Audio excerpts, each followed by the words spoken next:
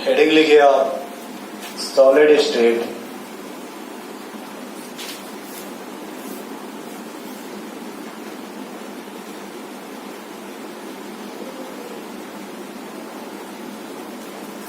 Solid state, जैसे आप अपने से खुद ही सुने होंगे सॉलिड, लिक्विड, गैस का नाम। Yes sir.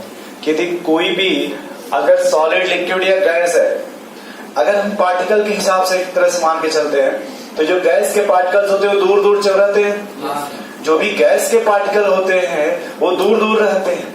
लिक्विड के पार्टिकल थोड़े पास पास होते हैं। सॉलिड के पार्टिकल एकदम पास पास होंगे। तो इसी को बोलते हैं कॉम्पैक्ट पैकिंग। कि जो भी अगर सॉलिड के पार्टिकल्स हैं तो एकदम पास पास रहेंगे, गैस के पार्टिकल होंगे दूर दूर रहेंगे। अब जो पार्टिकल्स अगर दूर दूर है उसमें उतना अच्छा फोर्स नहीं लगेगा, उतना अच्छा अट्रैक्शन नहीं होगा। जो थोड़े पास पास हैं उसमें और अच्छा फोर्स लगेगा।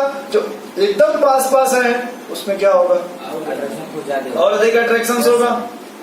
अब देखो जो भी सॉलिड्स है ना, सॉलिड इसको दो भाग में डिवाइड किया गया है। आप ये समझ रहे हैं कि पहले अगर फोर्स की बात करें, जो भी सॉलिड होंगे उसमें इलेक्ट्रोस्टैटिक फोर्स लगेगा। इलेक्ट्रोस्टैटिक बोलिए या फिर आप ये बोल दीजिए कि उसको इंटर मॉलिक्यूलर फोर्स बोलते हैं। Inter molecular force, inter molecular force का मतलब होता है कि दो पार्टिकल्स के बीच का फोर्स जो होता है उसी को इंटर मॉलिक्यूलर डिस्टेंस बोलते हैं। कि दो पार्टिकल के बीच का डिस्टेंस। जब भी आप सॉलिड की बात करेंगे तो सॉलिड में जो डिस्टेंस होता है वो बहुत ही कम होगा। Yes sir. आप देखे होंगे अगर दुकान पे किसी भी सामान को देख लीजिए, आप मिठाई की दुकान पे जाइए, देखेंगे उसमें चीनी के एक पार्टिकल्स है तो बहुत पास पास होते हैं। आप उसके लड्डू देख लीजिए जो मोतीचूर के होते हैं, क्या उसमें बीच में आपको दिखाई देता है इस पार से उस साइड तक क्या है? कभी देखिएगा आप जाके घर पे, इधर ले लीजिएगा, इधर से उधर देखिएगा, कुछ दिखाई दे रहा है? नहीं देगा। या एक पैकेट नमक ले लीजिएगा और फिर इधर से उधर लाइट जला के देखिएगा, उस पार लाइट का रोशनी जा रहा है। ये इसका जो पैकिंग वहां पे वो कैसी पैकिंग है? कॉम्पैक्ट पैकिंग है। अब इसमें लिखिएगा क्लासिफिकेशन ऑफ सॉलिड। हेडिंग क्या लिखिएगा? Classification of solid. यानी हम किसका क्लासिफिकेशन कर रहे हैं? सॉलिड का। सॉलिड का। हेडिंग लिखिएगा क्लासिफिकेशन ऑफ सॉलिड। सॉलिड को दो भाग में क्लासिफाई किया गया। Yes sir. कितने भाग में? दो भाग में। वो on the basis of which behaviour basis किया गया कि कोई भी सॉलिड है कैसे आप पहचानेंगे। कि देखने में तो लग रहा है कि सॉलिड है बट वो सॉलिड है या नहीं। या कुछ लोग ऐसे भी हो तो देखने में लगते हैं कि ये सॉलिड है लेकिन रियल में सॉलिड नहीं होते। या कुछ लोग ऐसे भी हैं जो सॉलिड है फिर भी उसकी तरफ बिहेव करेंगे। Yes sir. तो सॉलिड को दो भाग में डिवाइड किया गया। पहला देखिए क्रिस्टलाइन सॉलिड, और पहला लिखिएगा क्रिस्टलाइन सॉलिड। Crystalline solid. इसी का दूसरा नाम है ट्रू सॉलिड। ट्रू का मतलब रियल सॉलिड। मेन जो हमें सॉलिड पढ़ना है वो क्रिस्टलाइन सॉलिड को पढ़ना है। मेन जो आपको सॉलिड पढ़ना है वो कौन सा सॉलिड है? Crystalline solid. और दूसरा लिख लीजिएगा एमार्फस सॉलिड। दूसरा क्या लिखिएगा? Amorphous solid.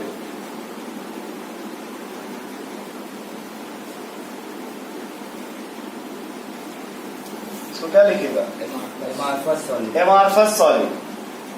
या इसी को अगर भोजपुरी में बोले तो आप झूठा सॉलिड बोल सकते हैं। झूठा सूडो सॉलिड। सूडो तो बात की बात हो तो इंग्लिश में हो गया ना।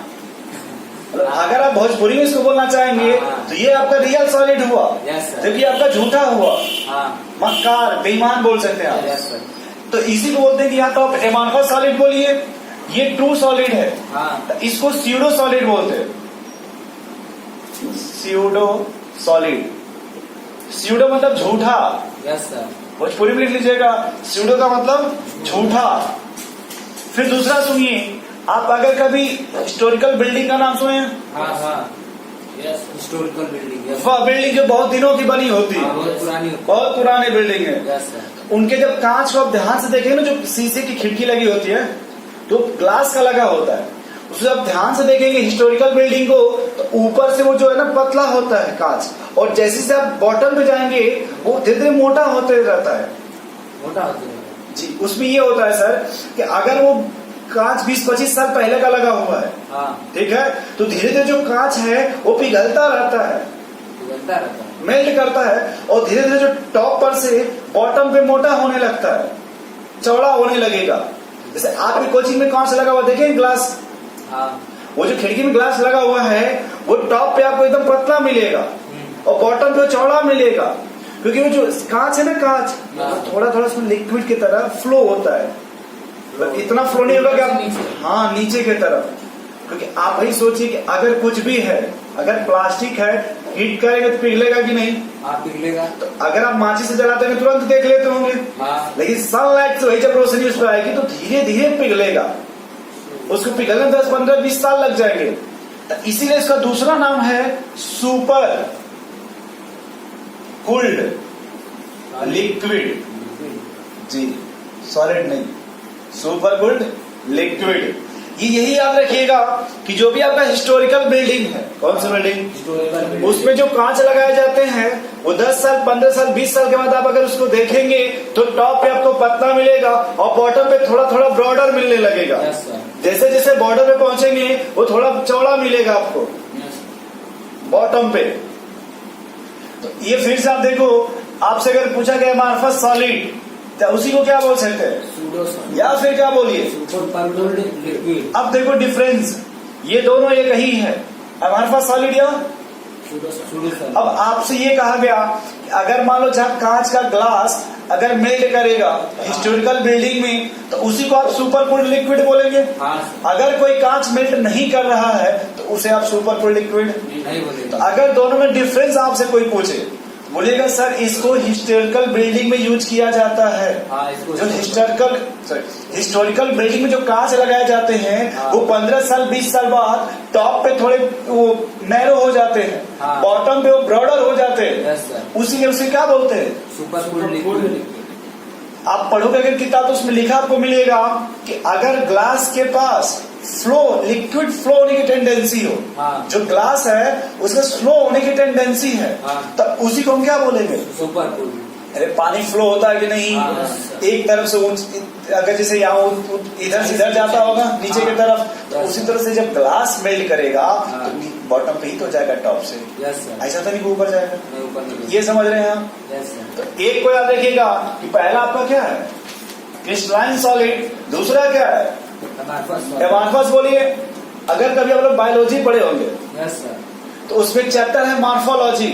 हाँ सर। तो मॉर्फोलॉजी का मतलब क्या होता है, शेप साइज तो बस यही देखो यहाँ पे, बस वही एब्सेंट, यही से देखो, ये मतलब होता है एब्सेंट, हाँ, मॉर्फो मतलब हो गया स्ट्रक्चर्स। हाँ, इसका कोई आपको स्ट्रक्चर सही नहीं मिलेगा आपको, हाँ, तो समझ ही नहीं पा रहे हैं। देखो फिर से ये लिखा है मार्फस, हाँ, तो आप जब पढ़ेंगे मार्फोलॉजी तो हाँ, 2 वर्ड से मिलकर बना होता है यस वो, सर। मार्फो प्लस लॉजी, लॉजी को हटा दीजिए मार्फस पे आइए, हाँ, शेप स्ट्रक्चर हुआ कि नहीं। हाँ, यहाँ आगे क्या लगा है, ए यानी यहाँ जो भी बात करें वो कुछ भी क्या होगा सही, नहीं होगा। कुछ भी सही नहीं मिलेगा, यस सर।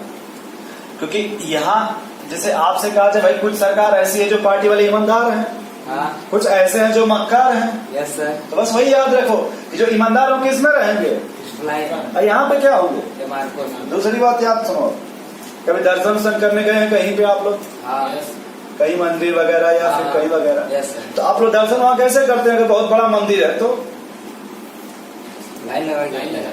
ये बात आपने अपने मुंह से कहा, हाँ, लेकिन वही मान लो वही किसी का एक्सीडेंट हो जाए उसको देखने के लिए आप लोग कैसे जाते हैं, दूर क्या वहां भी आप लोग लाइन लगाते हैं, नहीं, चलो देख के आते हैं लाइन से, या फिर पूरा झुंड में घेर लेते हैं उसको। हाँ, पूरा घेर लेते हैं। तो देखो वही मामला यहाँ भी चलेगा यस कि सर। अगर आप सिस्टमेटिक चलोगे तो इसमें आओगे, हाँ, ठीक है, Yes. सिस्टमेटिक नहीं चलेंगे तो एमार्फस में हाँ, ये लोग जो भी काम करेंगे सिस्टमेटिक कार्य करेंगे। Yes sir. यहाँ कोई सिस्टमेटिक कार्य क्या है? नहीं करेंगे। नहीं होगा, यहाँ जो भी अरेंजमेंट होगा वो फिक्स होगा, यस सर। जबकि यहाँ क्या है वो फिक्स नहीं होगा। जैसे आपसे अगर ये कहा जाए भैया कि मान लो अगर एक ये मार्कर है हाँ, और ठीक इसी के ऊपर एक और मार्कर रखना है, हाँ, ठीक इसी के ऊपर एक और रखना है, हाँ, एक ही सीक्वेंस में, यस तो सर। ये ऊपर बिल्डिंग बन सकता है। हाँ, बन सकता है। अगर आपको मान लो बिल्डिंग बनाना हो और एक ही ये जैसे ये है ना, ये जितना बड़ा घर, हाँ, इसी के ठीक ऊपर से इसी तरह का फिर बनाइए, हाँ, ठीक, फिर उसके ऊपर भी और इस तरह से बनाइए। हाँ। लंबा बन सकता है कि नहीं? हाँ बन सकता है। लेकिन मान लो कि अगर आपको एक घर इधर हो, बगल में आधा ऐसा रखिए कि वो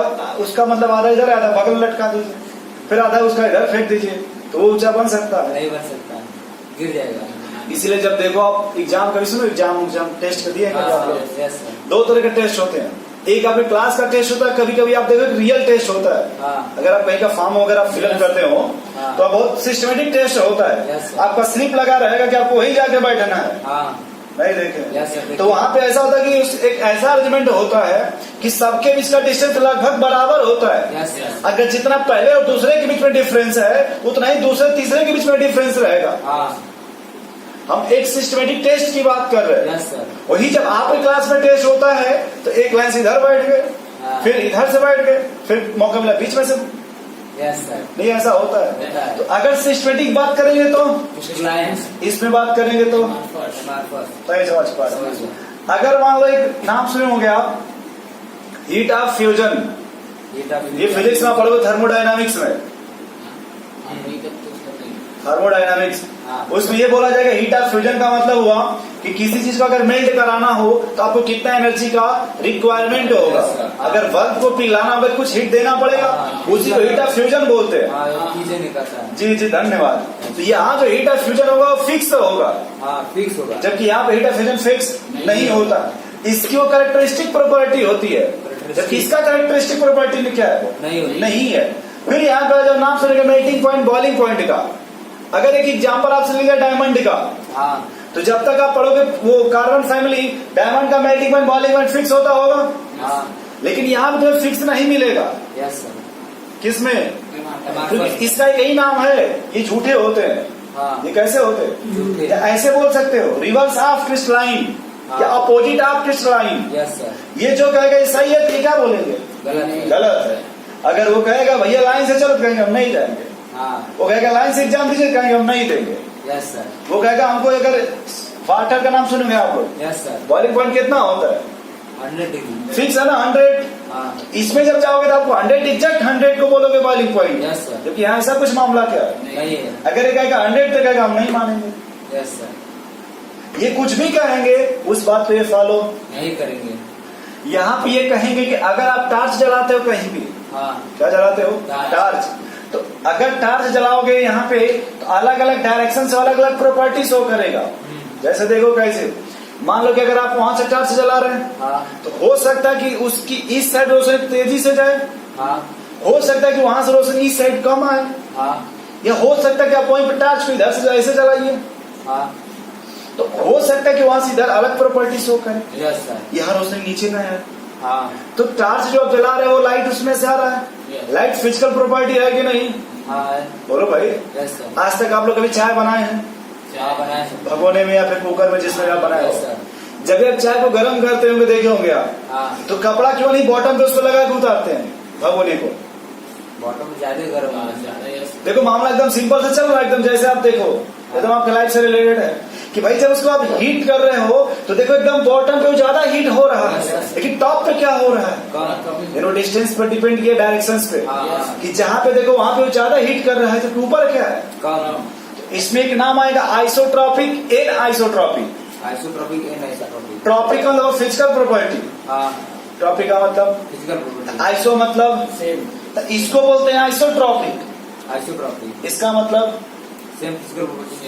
यानी इसका फिजिकल प्रॉपर्टी क्या होगा? सेम होगा। इसको बोलते हैं एन आइसोट्रॉपिक। एन आइसोट्रॉपिक का मतलब इसका फिजिकल प्रॉपर्टी डिफरेंट होगा। इसका फिजिकल प्रॉपर्टी डिफरेंट होगा। Different in different directions. Different in different direction. मतलब आप इसमें कहीं से भी टॉर्च चलाओगे तो अलग अलग प्रॉपर्टी शो करेगा। हाँ आप अभी अपने कभी देखो कैमरा वाले को आपके क्लासरूम में टेस्ट में फोटो लेते हुए?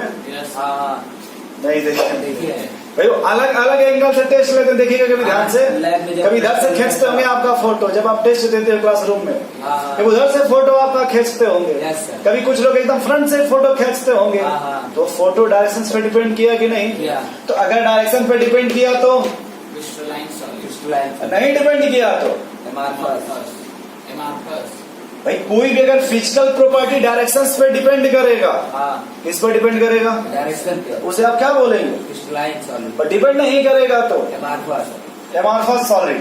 वो भगवान वाला मामला समझ में आ रहा है थोड़ा बहुत। हाँ आप गर्म करके एक बार देख लीजिएगा, क्यों कपड़ा टॉप पे ही लगाते हैं, बॉटम पे क्यों नहीं लगाते हैं, फिर बॉटम पे लगाते हैं तो टॉप पे क्यों नहीं लगाते हैं।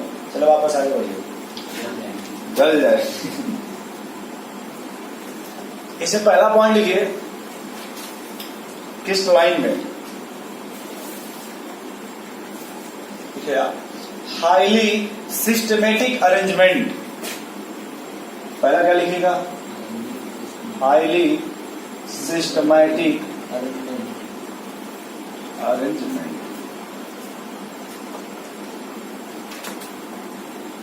तो यहां अगर सिस्टमेटिक है तो इसमें क्या हो जाएगा, लिख लीजिएगा highly systematic arrangement of particle. यानी जो भी आप पार्टिकल लेंगे उसका कैसा अरेंजमेंट होगा, सिस्टमेटिक। लेकिन यहां पे आप क्या बोलेंगे, अनसिस्टमैटिक। तो बस इतना ही लिख लें, अनसिस्टमेटिक। यस सर, हम आगे चल के सिर्फ एक ही वर्ड बोल देंगे, अपोजिट ऑफ किस लाइन सॉलिड, यस सर, क्या बोल देंगे, अपोजिट ऑफ कुछ लाइन सर। बस एक लिखवा दे रहे हैं आपको। दूसरा इसमें लिखिए, एक बात फिर से आप सोच के बताइएगा कि अगर आपसे कहा जाए कि भैया अगर ये जैसा ढांचा आपको दिखाई दे रहा ना ये रूम, हाँ अगर इसी तरह का आपको 100 रूम बना तो आप लंबा रूम बना देंगे। यस हाँ लेकिन अगर आपको ऐसे बनाना हो, दूसरे में उधर निकाल तीसरे में ऐसे निकाल दीजिए इर्रेगुलर, हाँ क्या वो लंबी चेन बन पाएगी, नहीं बन पाएगा। देखो आप कभी देखना जो भी बड़ी बड़ी बिल्डिंगें बनती होंगी सबका पिलर एक होता है। यस सर, ऐसा नहीं कि पहले फ्लोर का पिलर ऐसे है तो दूसरे का फ्लोर वहां से उठा दिया पिलर तो तीसरे का यहाँ से, ऐसा कभी देखे हैं? ऐसा नहीं देखेंगे, नहीं समझ पा रहे। एक ही पिलर तो छुट्टी। तो इसीलिए जब एक ही पे कहते हैं लंबी से लंबी चेन बना लेते हैं। यस सर, तो यहाँ लिखिएगा long range order, long range order. Long range order का मतलब हुआ कि आप इसकी लंबी चेन बना सकते हैं। यस सर, इसको लॉन्ग का इसके बीच क्या हो जाएगा फिर, शॉर्ट, शॉर्ट रेंज ऑर्डर। आप कभी देखना प्लास्टिक को चाहे कैसे भी अरेंज कर लोगे उसके आप लंबी बिल्डिंग नहीं बना सकते। यस सर, अब देखोगे ना आप लोग प्लास्टिक को कभी, उससे आप कभी कुछ बिल्डिंग वगैरह वगैरह क्या नहीं बना सकते। फिर लिखिए थर्ड, ये बताओ वाटर किस में आ रहा है, इसमें तो उसका मेल्टिंग पॉइंट क्या होगा, फिक्स। हाँ दो वर्ड आपको किताब में मिलेगा, जैसे आप उसी को फिक्स बोलिए चाहे उसी को शार्प बोलिए, शार्प तेज एग्जैक्ट, हाँ या तो कहीं शार्प बोल दिया जाएगा हाँ। या तो उसी को फिक्स बोल दीजिए चाहे उसी को डिफरेंट बोल दीजिए। हाँ हिंदी में निश्चय, यस सर, निश्चित। देखिए इसमें definite melting point, melting point. तो यहां हम नहीं कुछ लिख रहे हैं, ठीक है। यस सर, अगर डिफिनिट है तो इनडिफिनिट हो जाएगा। हाँ डिफिनिट का मतलब निश्चित, यस सर, भोजपुरी में आपके हिसाब से। फोर्थ लिखिए, इसमें फिक्स होता है, fix heat of fusion, heat of. जब भी आप केमिस्ट्री वो फिजिक्स पढ़िएगा तो उसमें एक नाम मिलेगा हीट ऑफ फ्यूजन और एक मिलेगा heat of vaporization, yes sir, ठीक है। तो वही आपको और अच्छे से समझ में आ जाएगा हीट ऑफ फ्यूजन का मतलब क्या है। यस सर, तो उसे बार बार देखिएगा, आइस को ही मेल्ट किया जाएगा, किसको, आइस को। तो अगर वहां फिक्स है तो यहाँ क्या हो जाएगा, अनफिक्स्ड, समझ रहे हैं, यस सर, नहीं समझ पा रहे। वह क्या फिक्स है, हीट ऑफ किसकी प्रॉपर्टी हो गई। क्रिस्टलाइन की। चलो आराम से इसे लिखते जाइए एकदम प्रेम से। पांचवा लिखिए, लिख लेना well define, well define edge, face, EDGE edge, face, FACE, ये फेस है टेस्ट नहीं है, ये F है, FACE, yes sir, face, and, interfacial angle, interfacial angle. अभी सब आपको बताएंगे, घबराइए मत। लिखिए well defined edge, face, and, interfacial angle. फिर लिखिएगा, इसकी जो फिजिकल प्रॉपर्टी है वो डिफरेंट डायरेक्शंस में डिफरेंट तरीके से शो करेंगे। Yes sir. कैसे शो करेंगे? डिफरेंट डायरेक्शन, डिफरेंट डायरेक्शंस में डिफरेंट तरीके से शो करेंगे। तो इसी को बोलते हैं एन आइसोट्रॉपिक। An isotropic. हाँ, इसको ये लिख लेना कम से कम आप, इसको बोलते हैं आइसोट्रॉपिक।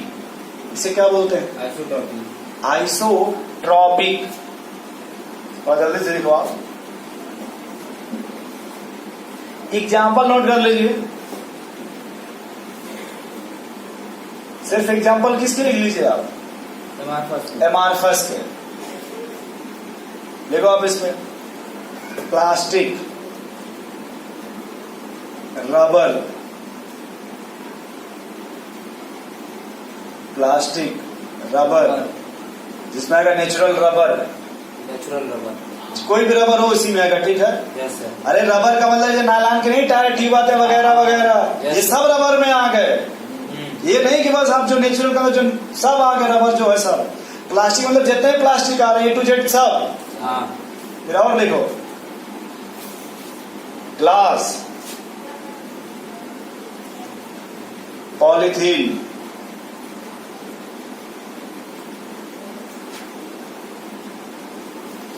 इसमें लिख लीजिएगा एग्जाम्पल। इन्हीं को छोड़ के जो बचेगा आपका यस। नाम हम किसी का नहीं लिख रहे हैं इसमें।